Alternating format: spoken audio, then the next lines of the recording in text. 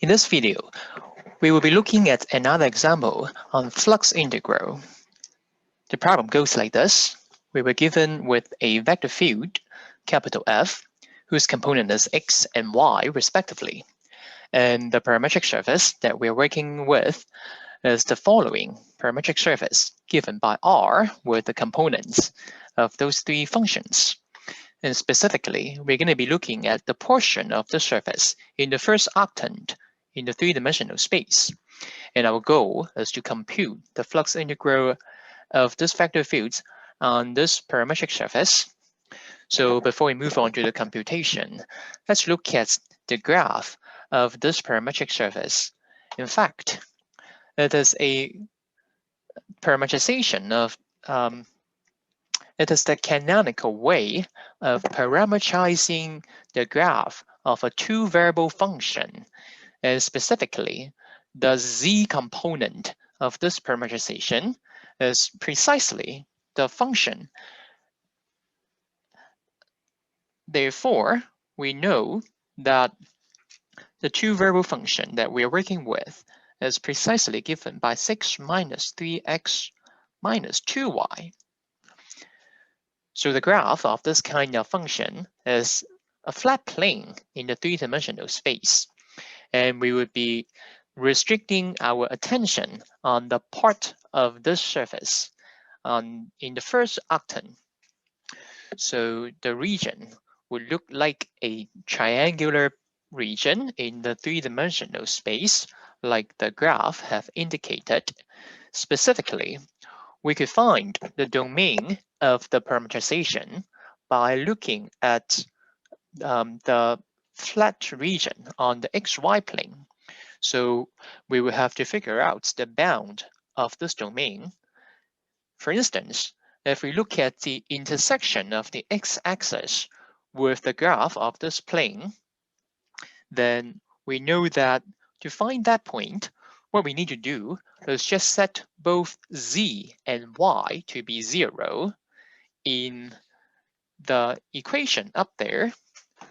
Then solving the equation, we observe that x would have to be equal to 2. Similarly, to find the intersection of the y-axis with this plane, what we're going to do is going to be setting z and x to be 0 and solve for y. The outcome would be just 3. So we observe that 3 is going to be the coordinate, the y coordinate of the point at the intersection of the y-axis with the plane. And for your curiosity, we could also solve for the z component of that point up there. Specifically, we would be setting x and y to be 0 and observe that the altitude was given by 6 along the z direction. But in fact, we do not know this number in our following computation because all we need to figure out is just the domain of the parameter.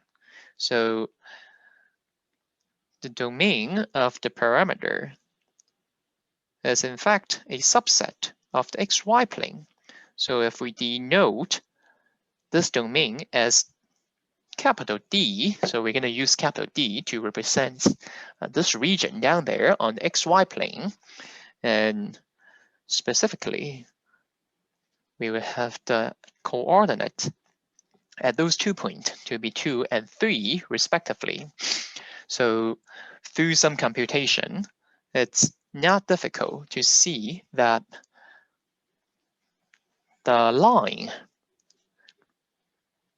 of this triangular region, of one side of this triangular region, is given by the following equation: 3 minus 3 over 2 times x. You could use either the 2-point form or the points no form, or whatever way that you like, that you have learned in analytical geometry to find that equation down there. Now, with this bunch of information at hand, we could go ahead to compute the flux integral that we are interested in by converting the flux integral into a double integral. Hence, we will have to compute the cross product of the partial derivatives of the parameterization of the surface S. Namely, we will begin the computation by finding this specific cross product.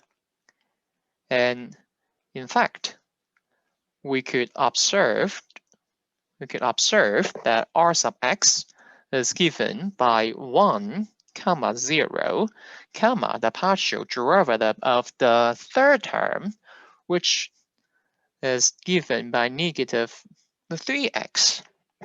And similarly, the partial derivative with respect to y would be given by 0, 1, negative 2.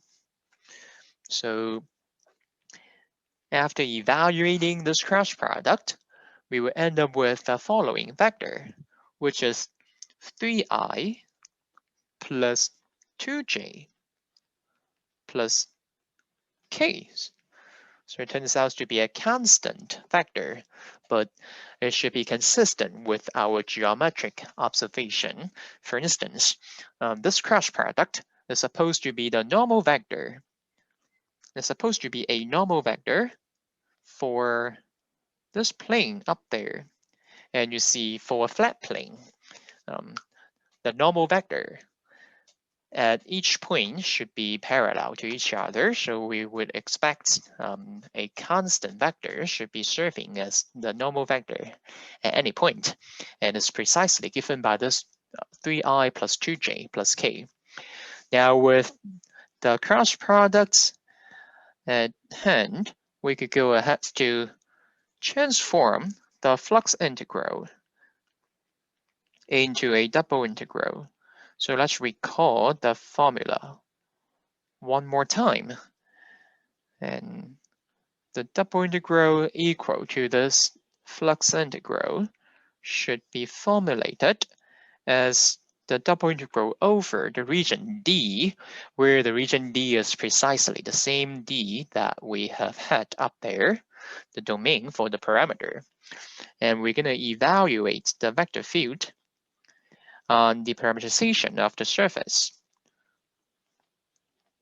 On the other hand, we're going to take the dot product of this evaluation of the vector field with the R sub x cross R sub y that we have just computed.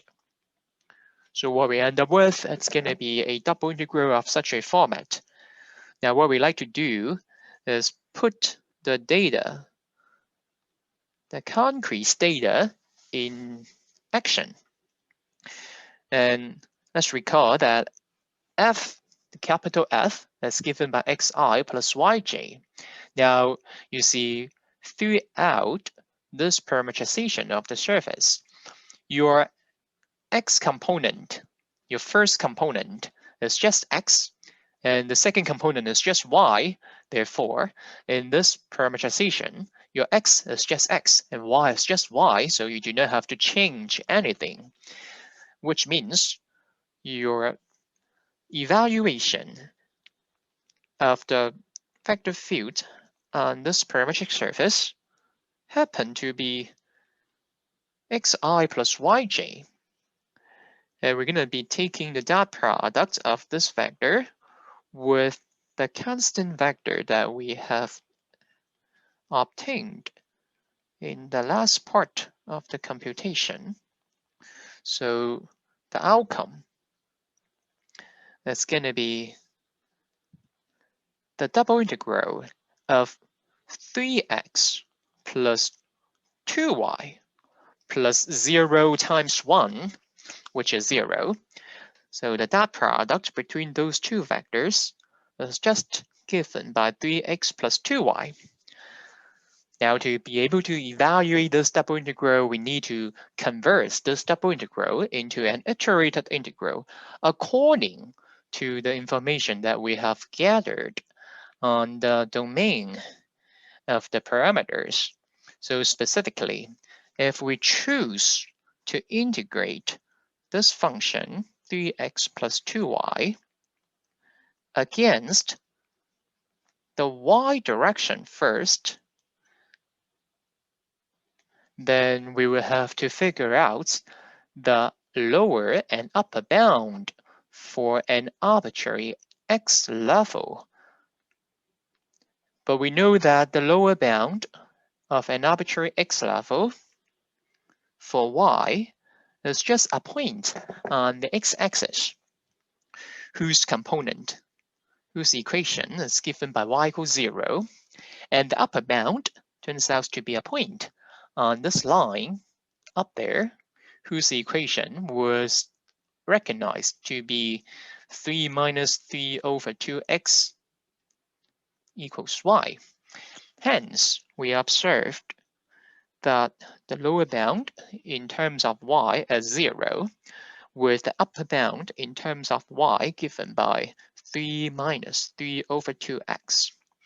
Now, once we deal with the vertical direction, we could just look at how much x that we would be spanning over, and clearly it's going to be from 0 to 2. So that would be the setup of the iterated integral that is equal to the double integral that we're going to evaluate. Now, through some rather straightforward computation, we know that the integrand is a polynomial, and the bounds for the first layer are also some polynomial in x or y, or in x and y as well. So the whole integral here is relatively easy to solve. So through computation, we recognize that the final answer is just 12.